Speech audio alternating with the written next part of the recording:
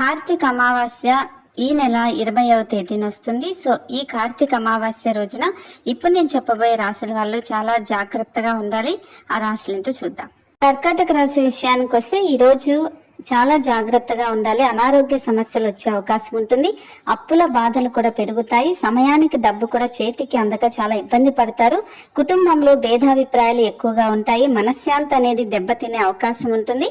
కర్కాటక రాశి వాళ్ళు జాగ్రత్తగా ఉండాలి. ఇక కన్యా రాశి వాళ్ళకు కూడా మానసిక ఒత్తిడి ఎక్కువగా ఉంటుంది. ఇతరులు మిమ్మల్ని ఎక్కువగా విమర్శిస్తూ ఉంటారు.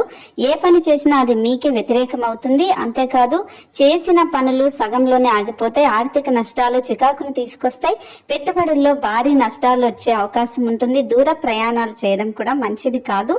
ఇక మకర రాశి విషయానికి వస్తే కార్తీక అమావాస్య రోజున అనేక ఇబ్బందులు కూడా వీళ్ళకి వస్తాయి. పని భారం పెరుగుతుంది. అనుకున్న పనులు సమయానికి పూర్తి కావు. ఆర్థిక ఇబ్బందులు ఎక్కువ అవుతాయి. ఇంటిలో